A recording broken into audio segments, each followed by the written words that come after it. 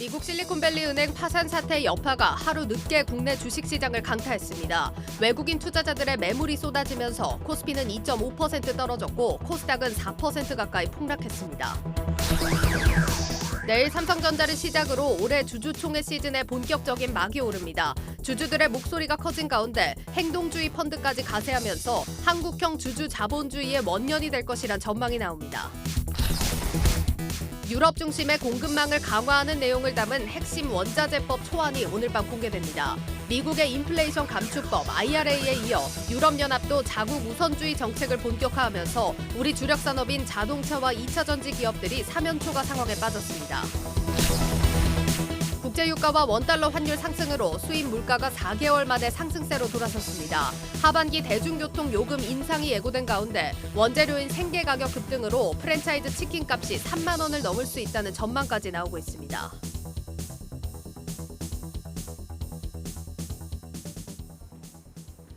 뉴스플러스 시작합니다. 바퀴벌레는 한 마리뿐인 적이 없었다. 미국 주식시장의 오랜 격언처럼 어디선가 또 다른 바퀴벌레가 튀어나올 것이란 불안감이 우리 시장을 휩쓴 하루였습니다. 정작 미국 시장은 잘 버텼는데 우리를 비롯한 유럽과 아시아 시장은 공포를 이겨내지 못했습니다. 먼저 오늘 우리 시장 상황부터 점검해 보겠습니다. 증시 프리즘 김종학 기자 나왔습니다. 당초 검은 월요일이 될 것 같았던 어제는 괜찮았는데 정작 오늘이 검은 화요일이 됐습니다. 왜 하루 사이에 어떻게 이게 반전이 일어난 겁니까? 일단 오늘 상황만 보자면 우리나라를 포함해서 장이 열린 아시아권 시장 전반적으로 외국인들의 매도 압력이 거세지면서 동반 하락했다 이렇게 볼 수가 있겠습니다. 우리 시장은 코스피와 코스닥 지수가 개장 직후 2% 정도 하락을 키운 상태에서 출발했는데 오후 들어서 낙폭을 키우면서 코스피가 2.56%, 코스닥은 장중에 4% 넘게 하락했다가 조금 낙폭을 줄였지만 그래도 3.91%나 하락한 아주 큰 충격을 받은 그런 날로 기록이 됐습니다. 오늘 기관도 많이 팔았지만 외국인이 현 선물을 동시에 대규모로 매도하면서 시장을 이렇게 끌어내렸다고 볼 수 있는데요. 외국인은 많이 팔았군요. 외국인이 지금 선물에서만 1조 7,910억 원 정도를 내다 팔았고 시장이 조금 작은 코스닥에서도 3,326억 원어치를 내다 팔았는데 이게 꼭 1년 전인 작년 3월 14일 이후 가장 큰 규모입니다. 그 정도로 시장이 큰 하락 압력을 받았다고 볼 수 있는 거고요. 한국 시장만 이런 것이 아니라 지금 보면은 중국과 홍콩, 일본 등 오늘 같이 열렸던 시장들이 전부 다 동반 많게는 2% 정도 큰 하락을 기록한 날로 오늘 기록이 됐습니다. 당초 어제만 해도 이 시장을 끌어올렸던 외국인들이 오늘 확 돌아섰습니다. 이게 뭐 외국인들이 급격한 이탈이 뭐 추세적인 거다 이런 진단까지 나오고 있는데 어떻게 된 겁니까? 이게 시장을 진단하는 여러 가지 요소들이 나오고 있는데 전문가들이 얘기한 큰 이유들만 좀 종합해 보면 이렇습니다.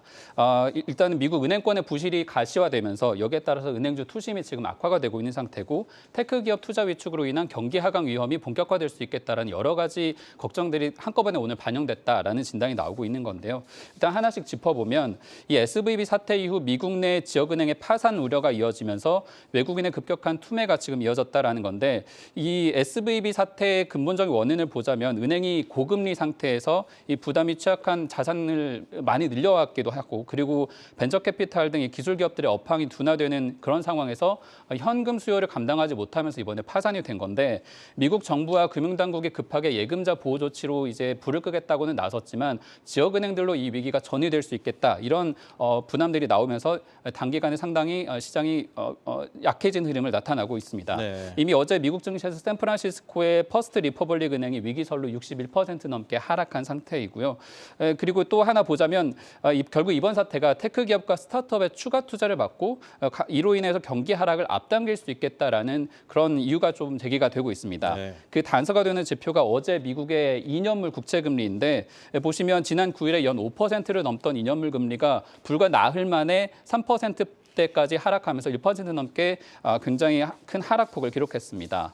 이런 이유로 인해서 증권업계에서는 연준이 사실상 금리 인상 폭을 줄이는 것을 넘어서 경기에 미칠 영향을 줄이기 위해서 금리 동결을 할 수 있겠다는 전망이 지금 나오고 있는 것이고요. 더군다나 이제 조금 이따 더 진단을 해보겠지만 투자 심리가 악화된 상황에서 오늘 밤 미국의 소비자 물가지수 그리고 내일 또 생산자 물가지수가 나오기 때문에 여기에 대한 경계심까지 오늘 한꺼번에 반영됐다 이렇게 시장에서는 진단하고 있습니다. 우리 우리 이 주식시장 못지않게 이제 환율과 채권 시장도 좀 불안불안합니다. 이 변동성이 심상치 않은데 이 외환과 채권 시장에 대해서는 좀 어떤 진단들이 나오고 있습니까?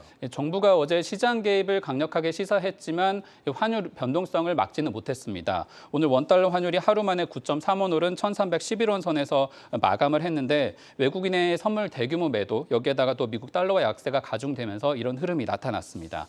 이런 가운데 어제 2008년 이후 처음으로 하루 만에 0.2%포인트씩 움직였던 국고채 금리가 오늘도 가파른 하락세를 보였습니다.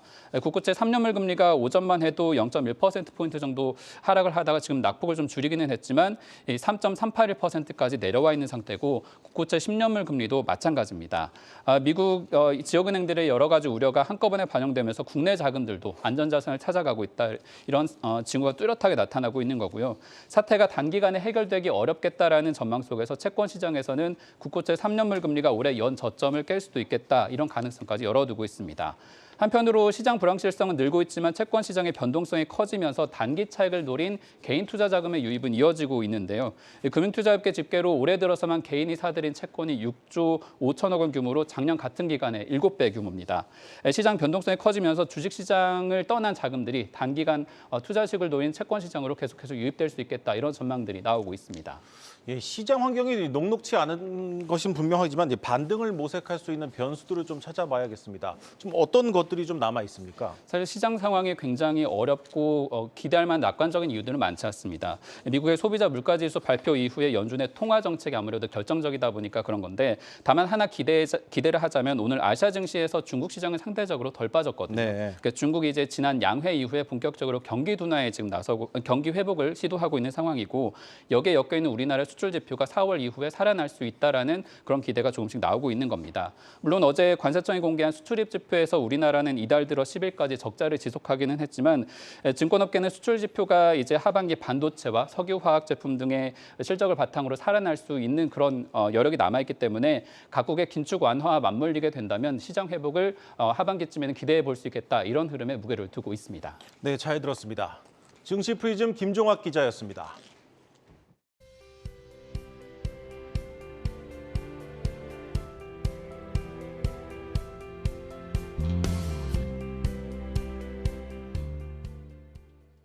네, 미국 실리콘밸리 은행 파산 여진이 뒤늦게 국내 증시를 강타하면서 오늘 밤 발표될 미국의 2월 소비자 물가지수에 시장 관심이 집중되고 있습니다. 글로벌 콘텐츠부 오민지 기자와 살펴보겠습니다.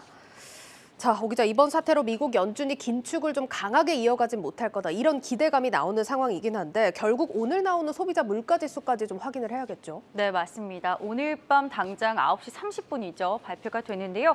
이번 CPI에서도 물가가 다시 반등하는 모습을 보이지 않는다면 말씀하신 것처럼 시장의 기대감대로 3월에는 베이비 스텝으로 25bp만 인상하거나 혹은 더 나아가서 금리 동결까지 나올 수도 있겠습니다. 예. 다우존스가 집계를 했는데요. 2월 CPI 시장 전망치는 전년 동기를 대비했을 때 6%, 전월 대비로는 0.4% 상승으로 내다봤습니다. 예. 이게 지난 1월에는 전년 대비 6.4%, 전월 대비 0.5%보다 떨어진 수준이라는 건데요. 어제 뉴욕 연은이 발표한 2월의 단기 기대 인플레이션도 좀 하락을 하면서 이 기대감을 좀 키우는 모습이었습니다. 네. 물론 6% 상승이 좀 둔화된 모습은 맞지만요. 연준의 목표치가 2%이기 때문에 여기에 비하면 여전히 3배입니다. 그렇죠. 이런 상황에 연준은 과연 인플레이션 그리고 금융시장 위기 중에서 어느 쪽에 더 무게중심을 두어야 할지 고민을 할 수밖에 없겠죠. 그러면 월가에서는 연준이 어느 편에 설 걸로 좀 예측이 나올까요? 월가도 가늠하기 쉽지 않아 보입니다. 예. 블룸버그 이코노믹스는요. SVB 붕괴 여파가 광범위할 것이라는 확실한 신호가 아직은 없다면서 CPI가 시장을 상회한다면 예. 연준은 결코 베이비 스텝에 그치지 않을 것이다라는 겁니다. 네. 다시 말해 연준에게는 인플레이션 파이터로서의 임무가 아직까지 우선이라는 건데요. 반대로 월가의 채권왕으로 불리는 제프리 건들락은요. 이번에 연준이 50bp가 아닌 25bp를 올릴 것으로 보지만 이번이 마지막 금리 인상이 될 것이라고 내다봤습니다. 센텐더 US 캐피탈에서도요. SVB 사태가 연준에게 브레이크가 될 것이다 라면서 최소한 이번 사태가 연준에게 지난해 상당히 좀 긴축을 잘 해왔다. 그런 메시지를 던질 것이라고 설명을 했습니다. 있습니다. 따라서 작년에 충분히 많이 했고 그 영향이 아직까지 수면 위로 다 드러난 것은 아니기 때문에 연준에게 좀 더 신중해야 한다는 경고가 될 것이다라는 겁니다. 심지어는요, 노무라 증권에서 이번 3월에 연준이 25bp를 인하할 것이다. 이렇게 전망을 내놓기도 했습니다. 네, 일단 인하 전망은 좀 파격적이긴 합니다. 자, 얘기 나온 김에 3월 FMC 전망도 좀 한번 보겠습니다. 지금 뭐 들어보니까 동결에 대한 전망도 상당하더라고요. 네, 앞서 노무라에서는 25bp 인하까지 이야기를 했지만 이변이 없다면 뭐 베이비 스텝, 동결까지도 충분히 나올 수 있겠습니다. 어디가 이렇게 보고 있는지 한번 살펴보니까요. 뱅크 오브 아메리카와 시티그룹, JP모간에서 25bp 인상, 베이비 스텝을 전망했고요. 예. 골드만삭스, 바클레이즈, 퍼시픽 인베스트먼트에서 금리 동결을 전망을 했습니다.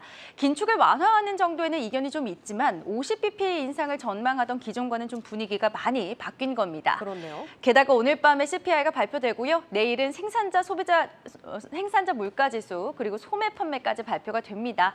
때문에 이 지표들이 어떻게 나오면서 연준의 긴축 행보에 영향을 미칠지까지 시장이 좀 주목하고 있죠. 예, 일단은 25bp 인상 전망이 좀 우세하다 이렇게 봐야겠는데 오늘 밤에 나올 소비자 물가지수 확인 후에 이 예측이 좀 명확해질 것 같습니다. 자, 한 가지 이슈 좀 더 보자면 크레디트 스위스가 재무 보고서에 오류가 있었다 이런 보고를 했다고 해요. 어떤 내용입니까? 오늘 장이 마감하고 발표가 된 뉴스였습니다. 예. 이 크레디트 스위스가요, 2022년과 2021년에 회계연도 재무보고서에서 중요한 취약점을 확인했다고 이야기를 하면서 시정하고 있다고 밝혔는데요. 이 취약점은 재무제표의 위험평가 설계와 관련된 부분이었던 걸로 알려졌습니다. 크레디트 스위스는 지난 2년간 재무보고 관련해서 내부 통제가 효율적이지 못했다고 밝혔고 외부 감사인 PwC도 반대 의견을 제시했습니다. 앞서서 크레디트 스위스는 지난주에 연간 보고서를 발행할 예정이었는데 미국의 SEC로부터 보완을 좀 요구받았고요. 그 사이에 SVB 사태가 벌어졌죠. 이 크레디트 스위스를 주목하는 시선이 커질 수밖에 없었습니다. 이 부자 아빠 저자인 로버트 기요사키는요. SVB 사태의 다음 주자 이 크레디트 스위스가 될 가능성이 높다고 지적했고요. 그러면서 크레디트 스위스의 오랜 투자자였던 미국의 투자 운용사인 해리스 어소시에이츠도 지분의 전량을 매각한 것으로 알려졌습니다. 이 크레디트 스위스는 재무보고서 오류를 시정하겠다라고 밝히면서 이 회장을 비롯한 임원진들이 올해 이 부족한 최악의 성과에 대한 책임을 지고 급여를 좀 삭감하거나 성과급을 반납하겠다고 밝혔습니다. 이 크레디트 스위스 그룹의 주가 뉴욕 증시에서 4.5% 하락했고요. 스위스 증시에서는 14% 폭락하기도 했습니다. 네, 금융업계 리스크 좀 끊이지 않는 모습인데 오늘 은행주들 낙폭이 엄청난 하루였습니다. 자, 당분간도 이런 압박이 좀 지속된다 이렇게 봐야겠죠. 네, 어제 장에서도 이 은행주들이 특히 좀 크게 흔들렸죠. 그렇죠. 이 제2의 SVB 후보군으로 먼저 지목됐던 퍼스트 리퍼블릭 뱅크가 60% 넘게 떨어지면서 장중 거래가 중단되기도 했습니다. 이 밖에도 팩웨스트 뱅코프가 45% 하락을 했고요. 중소기업인 자이언스 뱅코프, 코메리카 등도 큰 폭으로 떨어졌죠. 또 대형은행인 US 뱅코프, 웰스파고, 시티그룹 등도 큰 폭으로 좀 하락하는 하락세를 면치 못하는 모습이었습니다. 이렇게 리스크가 나오면서 은행들이 저마다 아직까지 유동성이 충분하다 이런 식으로 해명을 하고 있지만요. 또 자사주 매수도 하고 있지만 여전히 좀 살펴볼 부분들은 많습니다.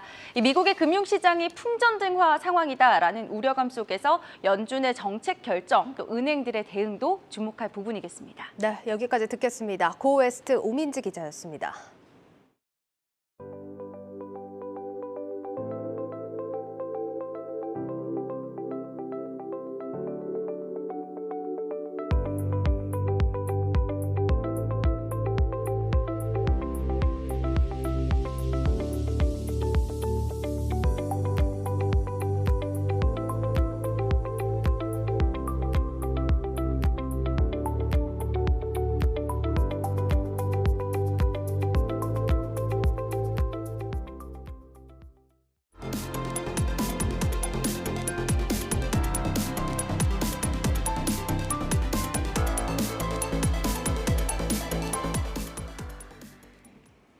내일 삼성전자를 시작으로 올해 주주총회 시즌에 본격적인 막이 오릅니다. 특히 이번 주총 시즌은 과거와는 전혀 다른 모습을 보여주고 있습니다. 주주들은 자신들의 권리를 주장하기 시작했고 기업들 역시 적극적인 주주 환원에 나서고 있습니다. 한국경제TV는 달라진 소액주주들의 모습을 집중 조명하는 특별기획 주주와 함께 간다를 이번 주주총회 기간 동안 연속 보도할 예정입니다. 오늘 그 첫 순서로 이번 주총 시즌의 핵심 관전 포인트 주주 행동주의의 바람을 집중 분석해 보겠습니다. 증권부 홍원표 기자 나와 있습니다. 홍 기자, 일단 내일 삼성전자 주주총회입니다. 소액주주만 500만 명이 넘기 때문에 개인 투자자들 관심도 상당하겠죠. 그렇습니다. 일단 올해 삼성전자의 주총 안건으로는 한종희 부회장의 재선임 안건을 제외하면 좀 큰 건 없습니다. 예. 이재용 회장의 등기이사 선임안이 올라오지 않았기 때문인데요. 다만 삼성전자는 주주가치 제고와 관련해서 좀 언급이 있을 것으로 보입니다. 오늘 삼성전자는 5만 9천 원에 장을 마쳤는데 1년 전에는 주가가 약 7만 2천 원, 또 2021년 3월에는 8만 3천 원이었습니다. 지난해 주총을 돌아봤을 때 올해도 좀 비슷한 수준의 이야기가 나올 것으로 보이는데 지난해에는 먼저 갤럭시 S22의 GOS 논란에 대한 사과가 있었고 주주 가치를 높이기 위해서 약 10조 원의 배당금을 지급하겠다고 이야기했습니다. 또 AI와 메타버스 등 신성장 동력을 끌어올리겠다고 이야기했는데 올해도 이 배당금이나 자사주 매입 등 주주 가치 제고를 위한 방안들이 나올 수 있고요. 다만 주가가 계속 6만 원 정도에 맴돌고 있어서 이 소액주주들이 이 정도 수준에서 만족할지는 미지수입니다. 또 부진한 반도체 업황에 대한 전망, 어떤 신사업 계획이 나올지도 지켜봐야겠습니다.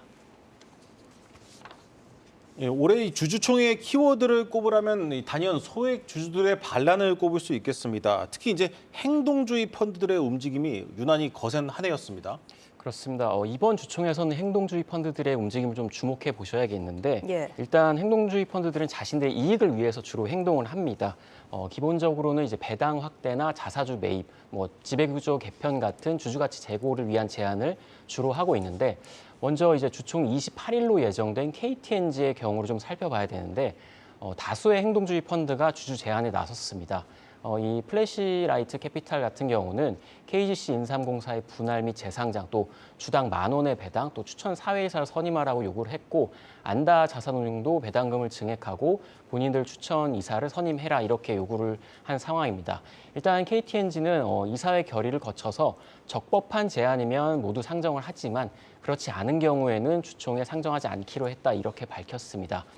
이에 이제 주주 제안이 모두 올라오진 않을 수도 있는데 일단 KTNG의 경우는 대부분의 주요가 자사주나 아니면 국민연금이기 때문에 일단 주주들의 제안을 막아낼 수 있을 것으로 보이긴 합니다. 네. 또 이 밖에 좀 적극적으로 주주 행동을 펼치고 있는 트러스톤 자산운용 같은 경우 BYC와 퇴강산업의 주총에서 배당 확대와 또 자사주 소각 등을 요구하고 있습니다. 예, 일단 행동주의 펀드가 이렇게 힘을 발휘하면서 최대 주주와 행동주의 펀드 사이의 표대결도 많아지는 상황입니다. 특히 이번에 JB금융지주 주총에 관심이 커지고 있다면서요? 그렇습니다. 이번 이제 JB금융 같은 경우는 행동주의 펀드가 대주주를 표로 이길 수 있느냐가 좀 관심사가 되고 있는데요. 예. 일단 행동주의 펀드인 얼라인 파트너스는 JB금융의 결산 배당을 주당 900원으로 증액해야 한다 주장을 했습니다. JB금융은 주당 715원으로 안건을 올린 상태인데 또 얼라인은 자신들이 추천한 사회이사를 선임을 하고 JB가 추천한 사회이사 재선임에 반대해야 한다 이런 의견도 냈습니다. 이번 주총에 좀 관심이 몰리는 이유는 이 얼라인과 최대 주주 간의 지분 격차가 크지 않다는 점 때문인데 JB금융의 1대 주주인 삼양사와 2대 주주인 얼라인의 지분율은 각각 14.6%와 14.04%로 이제 불과 0.57%포인트밖에 차이가 나지 않습니다.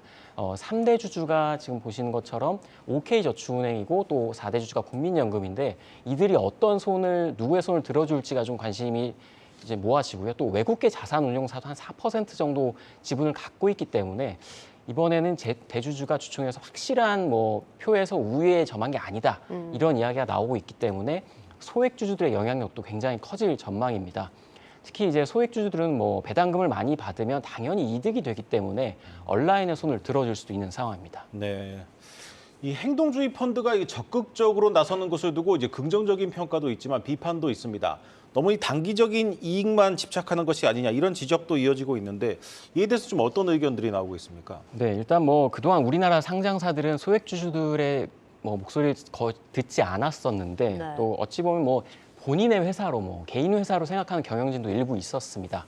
하지만 이 행동주의를 중심으로 이 소액주주들이 적극적으로 요구를 하게 되면서 이제 기업도 주주를 위한 고민을 하게 됐습니다.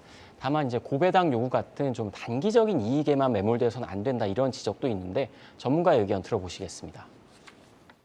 행동주의 펀드들이 적극적으로 활동하는 것은 기업에 대한 감시라든지 관리, 기업도 더 조심하는 데는 장점이 되겠지만 장기적인 성장에서는 배당을 많이 해주면 연구개발이라든지 투자를 못하게 되고 주가만 올리게 된다. 예, 그리고 행동주의 펀드뿐만 아니라 이제 순수하게 소액 주주와 싸우는 회사들도 있습니다. 특히 바이오 업계에서는 주주들 불만이 거센 상황 아닙니까? 그렇습니다. 뭐 바이오 기업들은 주가가 고점 대비 뭐 반토막 이하로 내려간 상황이고 예. 또 뭐 뚜렷한 실적을 내지 못하고 있기 때문인데요. 일단 바이오 기업인 헬릭스미스가 내일 임시주총을 엽니다. 이번 임시주총에서는 이 소액주주가 추천한 사내이사 3명에 대한 해임 안건이 올라와 있습니다. 이 사내이사 3명은 지난해 소액주주연합회 추천으로 사내이사로 올라갔는데 헬릭스미스는 그동안 임상 지원과 또 해외 펀드 투자로 인한 손실, 잇따른 유상증자 등으로 이 경영진이 주주들의 신뢰를 완전히 잃어버렸습니다. 그래서 적극적으로 주주들의 행동에 나섰는데 이번에는 이제 회사가 소액주주 추천 인사들을 다시 이사회에서 내보내려는 움직임을 보이고 있습니다. 현재 헬릭스미스와 이 소액주주 연합회는 서로 고소고발을 진행하면서 본격적인 법적 싸움에도 이제 들어간 상황입니다. 또 코로나19 진단키트로 주가가 급등했었던 휴마시스도 오는 17일 주총을 여는데 휴마시스의 주가는 뭐 코로나 팬데믹 당시에는 뭐 10배 정도 오를 정도로 굉장히 올랐는데 지금은 고점 대비 뭐 반토막 이하로 떨어진 상황입니다. 휴마시스 소액주주들은 그 과거에 이제 차정학 전 대표가 주주를 신경 쓰지 않는다면서 경영진 교체를 요구를 한 적이 있었는데 그래서 올해 새로운 경영진으로 좀 꾸려졌습니다. 하지만 새로운 경영진이 이제 사업을 새롭게 추가한 이런 뭐 정관 일부 변경안을 올렸는데 이것도 이제 좀 부결을 시켰습니다. 그래서 이번 정기주총 때 좀 다시 표대결을 해야 하는 상황이고요.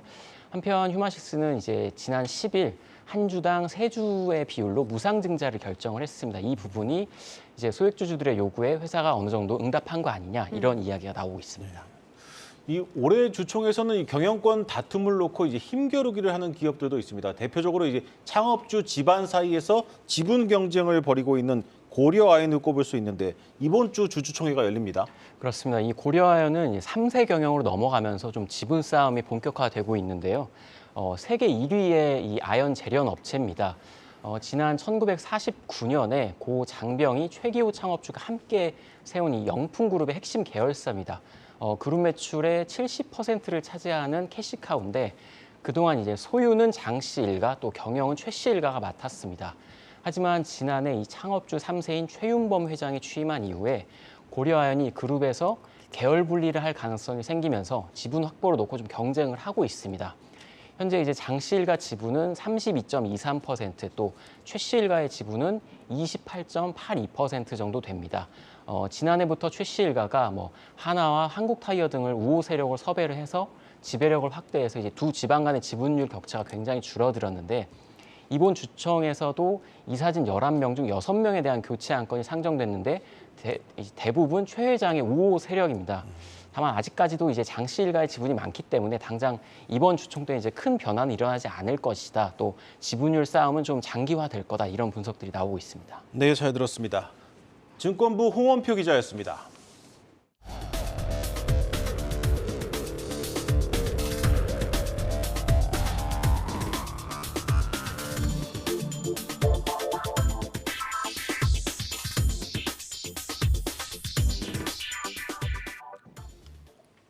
세계적으로 자유무역이 쇠퇴하고 자국 우선주의와 보호무역 흐름이 확산하는 흐름 속에서 유럽판 IRA로 불리는 핵심 원자재법 초안이 오늘 밤 공개됩니다. 미국에 이어서 유럽연합까지 동시에 압박에 나서면서 국내 전기차 배터리 업계에는 또다시 초비상입니다. 심층 분석 산업부 정재훈 기자와 함께하겠습니다.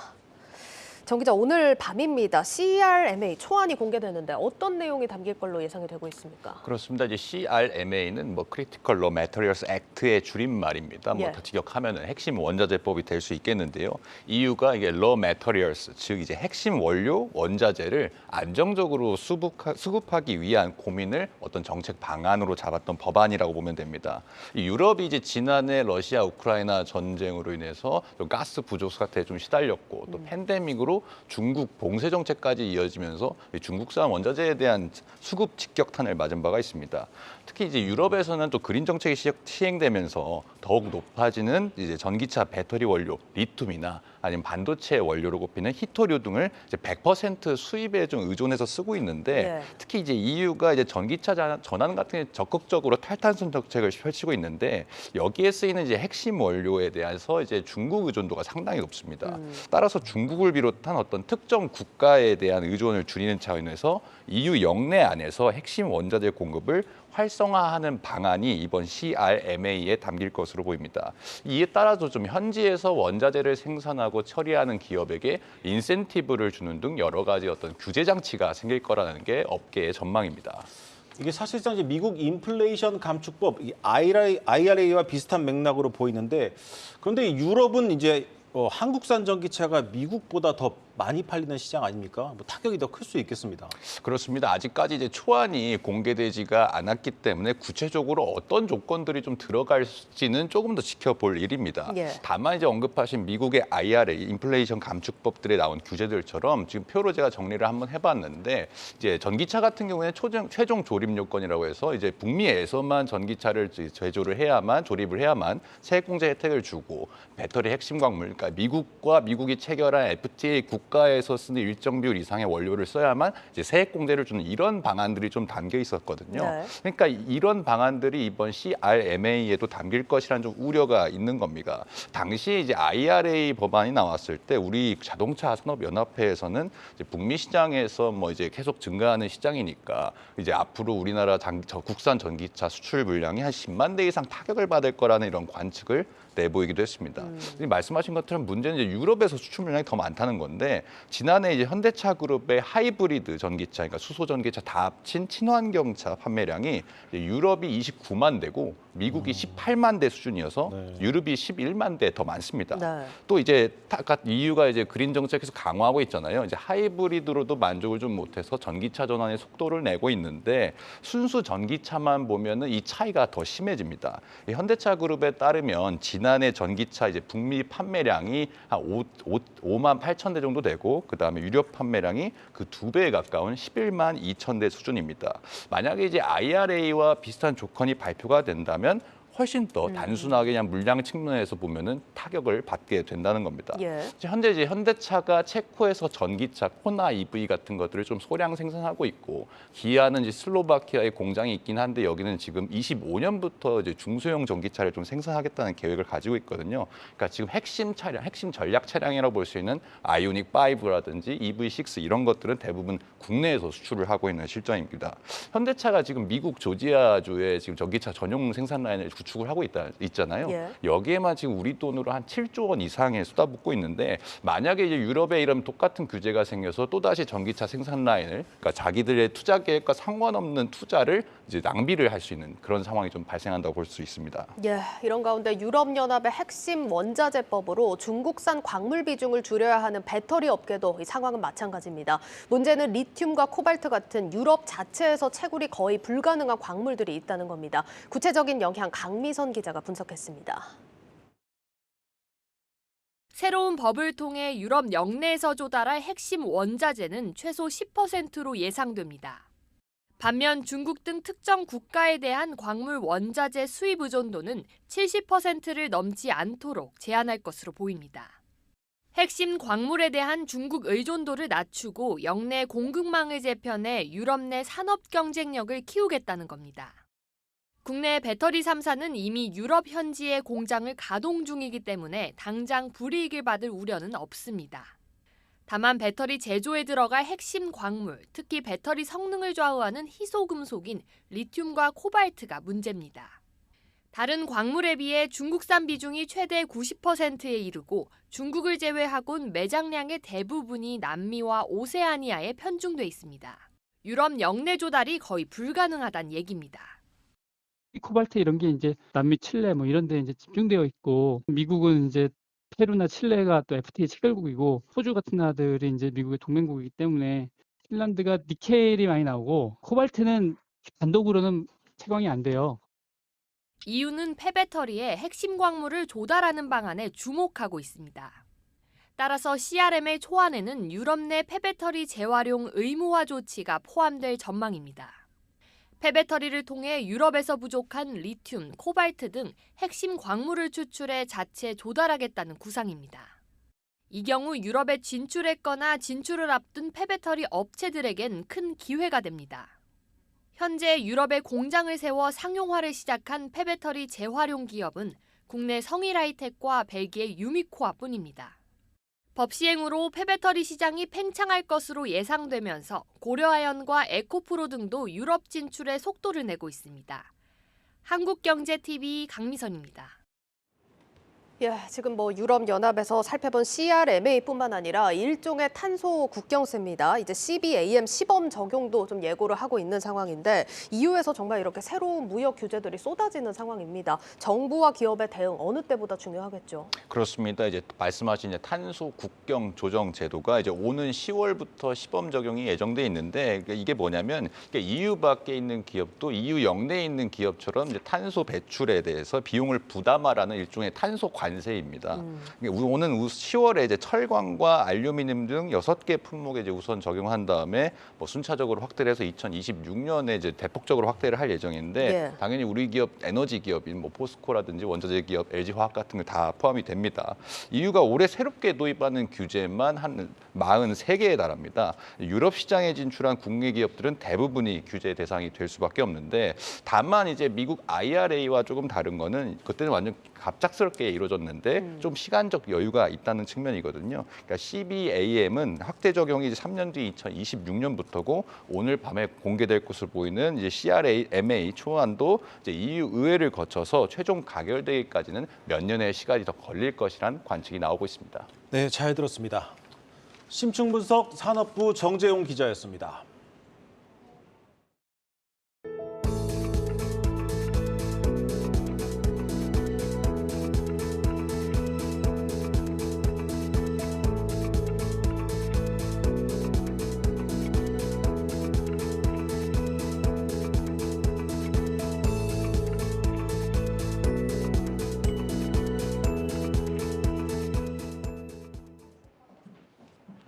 소비자 물가에 직접적인 영향을 주는 수입 물가가 넉 달 만에 다시 올랐습니다. 한국은행은 하반기로 갈수록 물가가 안정될 것으로 보고 있지만 전문가들은 물가 안정을 논하기에는 아직 이르다는 분석을 내놓고 있습니다. 김보미 기자가 보도합니다. 지난달 수입 물가 지수가 1월보다 2.1% 상승하며 넉 달 만에 반등했습니다. 국제 유가와 원달러 환율이 상승한 영향인데 특히 커피와 돼지고기, 닭고기, 가스 등에서 가격이 눈에 띄게 올랐습니다. 수입 물가 지수는 국내에서 많이 쓰이는 237개 품목의 수입 가격을 종합적으로 평가한 수치입니다. 대부분 국내에서 제품 생산의 원료가 되는 품목들이어서 앞으로 소비자 물가가 어떻게 움직일지 예측해 볼 수 있습니다. 한국은행은 3월 이후로 물가 상승률이 4.5%를 밑돌 것으로 내다보고 있지만 경제 전문가들의 시각은 다릅니다. 인건비가 지금 잡힐 수가 없기 때문에 정부는 하반기 가면 3%대 내려올 거라고 그러는데 금년 내내 4% 써서 야금야금 내려가는 그럴 거라고. 지난해부터 이어진 물가 상승이 시차를 두고 인건비에 반영되면서 기대만큼 물가가 빠르게 잡히지는 않을 것이란 설명입니다. 여기에 공공요금도 물가 부담을 키울 요소로 꼽힙니다. 변수는 공공요금이 높아질 경우에 물가가 다시 높아질 수가 있기 때문에 인상 폭을 좀 줄인다든지. 지난 1분기 13.1원으로 역대급 전기요금 인상이 이뤄졌지만 한국전력은 올해 킬로와트아워당 51.6원을 올려야 한다는 입장입니다. 더불어 중국의 리오프닝, 러시아 우크라이나 전쟁에 따른 공급망 불안 등 유가를 자극할 수 있는 요인들이 남아있다는 점도 예측 불확실성을 높이는 부분입니다. 오르는 물가에 내수가 얼어붙자 정부는 쿠폰 발급 등 소비 촉진 대책을 검토 중인 상황. 다만 연말까지 오름세 둔화를 확신하기 어려운 상황에서 자칫 물가를 더 자극할 수 있다는 점은 고민입니다. 한국경제TV 김보미입니다. 한동안 잠잠하던 치킨값이 다시 한번 꿈틀댈 조짐을 보이고 있습니다. 이러다 치킨값 3만 원 시대가 올 것 같습니다. 치킨의 주 재료인 생게 가격이 급등했기 때문인데 프랜차이즈 치킨 업체들은 정부 눈치만 보고 있습니다. 유호성 기자입니다. 도축장에서 바로 생산한 닭을 의미하는 생게의 최근 3개월 가격 추이입니다. 통상 2,000원대 중후반을 맴돌던 생게값은 3월 들어 3,000원을 넘었습니다. 1년 전과 비교해봐도 16%나 오른 건데 생게값이 3,000원을 넘은 것은 이례적인 일입니다. 생게값이 이렇게나 오른 것은 올해 초 갑작스레 불어닥친 한파 영향이 컸습니다. 갑자기 찾아온 추위에 육개들이 폐사한 데다 알을 낳는 종개들이 평소보다 계란을 적게 낳았기 때문입니다. 여기에 엔데믹을 맞아 외식을 하는 이들이 늘면서 닭고기 수요가 늘어난 것도 한 요인입니다. 명절기에 추위가 좀 있었잖아요. 그 추위로 인해서 병아리가 좀 덜 나왔어요. 그다음에 육개는 육개대로 폐사가 증가하다 보니까 지금 3월부터는 또 일부 그 코로나 엔데믹이잖아요. 그다음에 수요는 수요대로 좀 올라간 부분이 있다 보니까 닭은 좀 적게 나오고 있고 또 일부 수요는 있다 보니까 생게값이 오르자 고민에 빠진 곳은 치킨 프랜차이즈입니다. 치킨의 주 재료인 생게값이 올라 매입 비용이 늘었지만 물가 잡기에 나선 정부와 소비자 눈치까지 살펴야 하는 입장에서 그만큼을 소비자 가격 인상으로 전가하기 쉽지 않은 탓입니다. 생게값뿐만 아니라 원재료값과 전기, 가스 등 공공요금 인상까지 물가 부담을 고스란히 또한 어렵지만 그렇다고 경쟁사보다 먼저 움직여 치킨 3만 원 시대를 열었다는 여론의 문매는 피하고 싶다는 게 업계의 속내입니다. 최근 원가 인상들로 인해서 프랜차이즈들 가맹본부의 가격 인상이 좀 이슈가 되고 있으나 정부에서 가격 인상을 지향하는 형태라서 좀 어려움이 굉장히 많이 있습니다. 특히 가맹점 같은 경우는 어떤 이제 점주들의 주머니가 굉장히 가벼워졌고 일각에선 물가 인상에 따른 고통을 일부 소비재 기업들만 감내하는 것은 문제라는 비판도 있지만 그렇다 해도 국민 간식 치킨값 인상은 기업들로선 선뜻 선택하기 어려운 과제입니다. 한국경제TV 유호성입니다. 카드업계의 오랜 라이벌 삼성카드와 현대카드가 또 한 번 신경전을 벌이고 있습니다. 오랫동안 업계 2위 자리를 놓고 싸웠던 두 회사인데 최근 들어서는 간편결제와 프리미엄 카드를 놓고 다시 떠들썩합니다. 경제부 장슬기 기자 나왔습니다. 먼저 지금 삼성카드와 현대카드 중에 업계 2위는 어딘가요? 사실 아직까지는 삼성카드입니다. 네. 하지만 이 현대카드가 최근에 이제 굉장히 빠른 속도로 무섭게 치고 올라오고 있습니다. 이 카드업계는 과거 LG카드를 인수했던 신한카드가 굳건히 1위를 좀 지키고 있고요. 삼성카드와 KB 그리고 현대카드가 근소한 점유율 차로 2위 경쟁을 벌이고 있습니다. 특히 현대카드가 과감한 혁신 그리고 뭐 독보적인 디자인 이런 것들로 공격적인 전략을 펼치면서 KB국민카드를 제쳤습니다. 이 화면을 보시면요. 지난해 말 기준 신용카드사 점유율은 삼성이 17.8% 그리고 현대가 16%로 3위를 차지한 상태입니다. 하지만 여기에 최근 현대카드가 독점으로 애플페이까지 들여오고 있습니다. 이게 나중에는 추후 모든 카드사가 사용 가능하도록 확대될 예정이지만 이 초기 도입 단계인 만큼 현대카드 회원만 당장은 애플페이 사용이 가능해집니다. 때문에 최근 이 젊은 층들 중심으로는 현대카드를 미리 좀 발급받자 이런 움직임들이 나오면서 이 점유율 격차가 더 좁혀질 것이라는 전망이 나오고 있습니다. 실제 이 지난 1월 기준으로 현대카드에서 발급된 체크카드 수를 보면요. 16만 2천 장입니다. 한 달 전보다 무려 7.3%나 증가했습니다. 이 애플페이라 이제 올게 왔습니다. 이제 기대감이 워낙 크니까 삼성카드 입장에서도 좀 긴장할 수밖에 없겠습니다. 뭔가 좀 대응에 나섰을 텐데요. 네, 대응에 나서고 있습니다. 먼저 최근에 좀 있었던 사례를 하나 말씀드리려고 하는데요. 이번 두 카드사의 갈등을 촉발시킨 사건이기도 합니다. 최근 현대카드는 프리미엄 브랜드인 아멕스와 협약을 맺고 단독으로 아멕스 프리미엄 카드를 출시했습니다. 이 프리미엄 카드는 기본적으로 연회비도 비싸고 연소득이 많은 사람들이 주로 사용하기 때문에 점유율을 높이는데 효과적일 수밖에 없습니다. 네. 그런데 이 삼성카드도 같은 날 신규 프리미엄 카드인 DID 카드를 선보입니다. 이 같은 날 동시에 두 카드사가 각자의 프리미엄 카드를 각각 내놓은 겁니다. 네. 정태영 현대카드 부회장은 이날 이 아멕스 프리미엄 카드 사진을 SNS에 올리고 직접 홍보에 나서기까지 했는데요. 이 정 부회장 입장에서는 삼성카드가 찬물을 끼얹은 셈입니다. 실제 삼성카드와 현대카드는 이날 자사의 카드를 조금 더 언론에 좀 많이 노출시키기 위해서 보이지 않는 치열한 홍보 경쟁을 벌였다는 후문입니다. 예, 같은 날 이제 신제품을 출시해서 이제 홍보 효과를 반감시키는 건 이 통신업계에서도 많이 쓰는 수법인데 사실 이 삼성과 현대카드가 부딪힌 건 이번이 처음이 아니지 않습니까? 네, 맞습니다. 좀 꽤 과거로 좀 거슬러 올라가는데요. 지난 2005년에 이 현대카드가 업계 최초로 VVIP 카드인 블랙카드를 출시합니다. 그리고 곧바로 삼성카드가 이어서 비슷한 라움카드를 출시하면서 반격하기도 했습니다. 2011년에는 삼성카드가 숫자 시리즈 카드를 출시했는데 이 제로카드와 알파벳 카드를 판매하고 있던 현대카드가 상품을 베꼈다 하면서 이런 논쟁을 좀 벌이기도 했습니다. 특히 화면에 보시는 것처럼 현대카드 제로는 이 모든 가맹점에서 조건 없이 할인해준다. 그래서 파격적인 혜택으로 소비자들에게 좀 인기를 끌었었는데요. 네. 삼성카드가 똑같은 실적 상관없이 할인해주는 삼성카드 4를 좀 출시하면서 표절 논란이 일기도 했습니다. 현대카드 측은 당시에 삼성카드에서 계속해서 상품을 베낀다 이렇게 주장하기도 했습니다. 그렇다면 이제 당시 표절 논란은 누구 잘못인지 좀 결론이 났습니까? 사실 법적 분쟁 이야기까지 좀 나오긴 했는데요.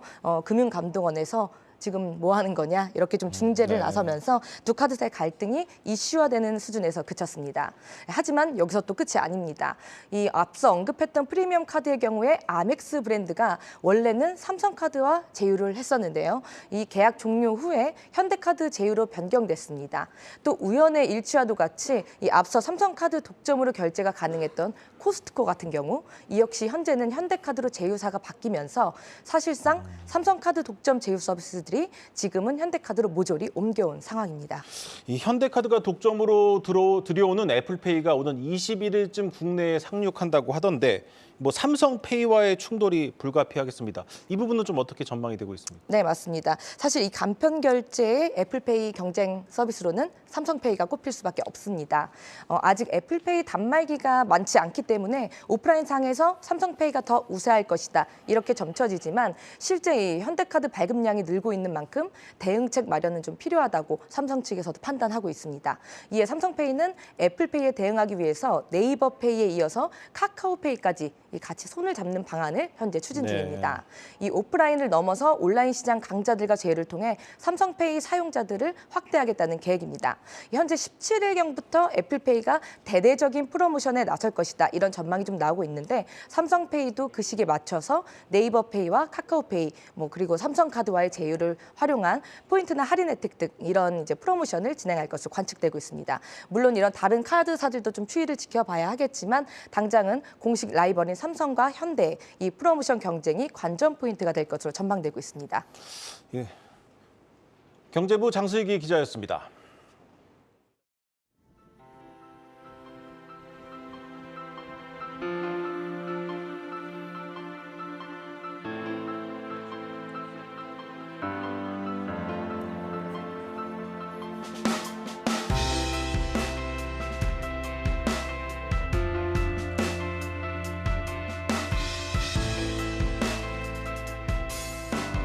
기업인분들과 같이 사회적 가치 만들어내는 프로그램에 동참하게 돼서 매우 기쁩니다. 저희가 지금 제공하려고 하는 그 재난 현장의 회복 버스는 실제로 사용하실 소방관 여러분들께서 의견을 담아가지고 현장 맞춤형으로 제작을 하려고 합니다.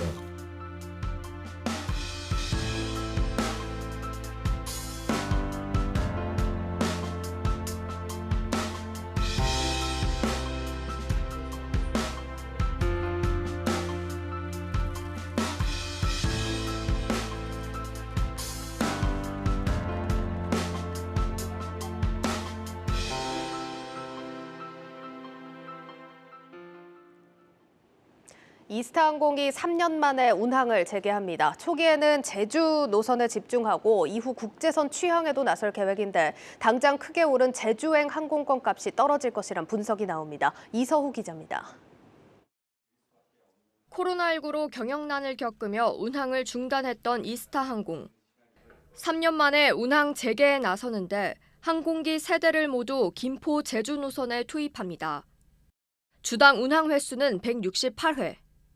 전체 항공사에서 최근 감소한 주 297편의 제주행 항공편 중 절반 이상이 채워지게 돼 공급 부족으로 급격하게 올랐던 제주행 항공편 가격이 조만간 안정될 전망입니다. 올 들어 일부 항공사들이 제주행 노선을 국제선으로 바꾸면서 제주행 항공권 가격은 코로나 이전보다 2배 이상 올랐습니다. 이스타항공이 3월 26일 김포 제주 노선의 재운항을 시작합니다. 항공기 10대를 올해 말까지 도입을 해서 지금 현재 좌석 부족으로 국민들이 많이 고민하고 계신데요. 그 부분에 대해서 조금이나마 도움이 되는 쪽으로 노력하도록 그렇게 하겠습니다. 대한항공과 아시아나항공도 이달부터 제주행 특별편 운영에 나서는 등 국내선 증편에 나설 예정입니다.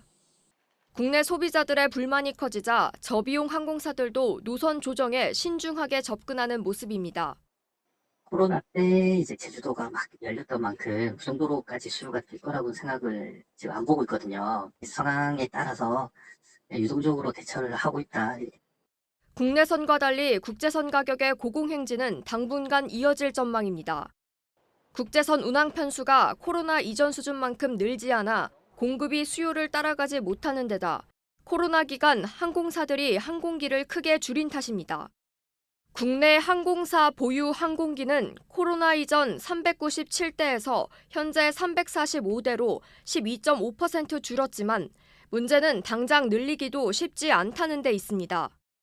갑자기 주문이 쇄도하다 보니까 항공기 그 주문 대수가 폭발적으로 늘어나갖고 갑자기 이제 포스트 코로나가 되면서 임차 계약을 맺으면서 이제 하는 거죠. 이제 지금 항공기 갑자기 또 늘릴 수도 없고 그런 것 때문에 시차가 좀 걸리는 것 같습니다.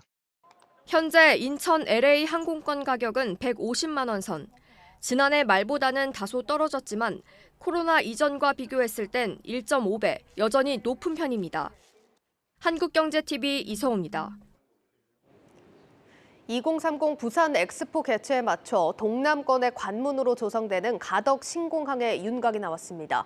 육상의 터미널을 해상의 활주로는 짓는 방식으로 지어서 당초 계획보다 5년 반을 앞당긴 2029년에 문을 열 예정입니다. 방서호 기자입니다.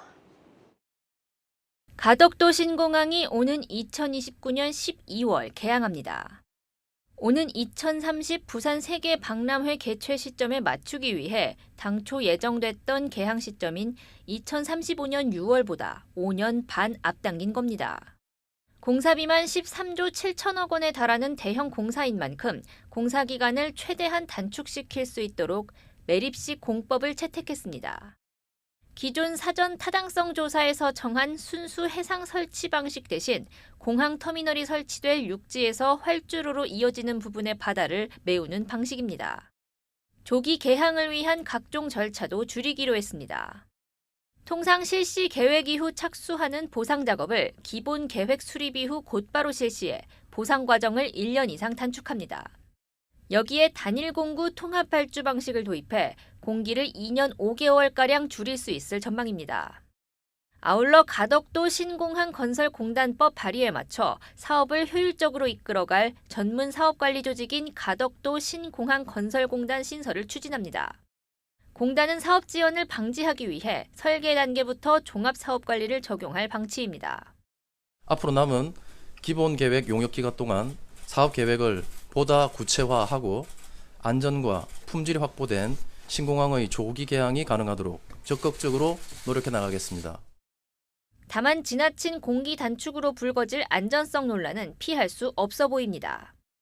앞서 정부는 지난해 4월 가덕도 신공항 건설 추진계획 검토 보고서에 매립식으로 지을 경우 부등 침하 우려가 높다고 명시한 바 있습니다. 이에 대해 정부는 활주로의 20년 후 예측 부등 침하량이 국제기준 허용치보다 작아 문제가 없다면서도 연약 지반 처리 공법 등을 검토하겠다는 상반된 입장을 내놨습니다.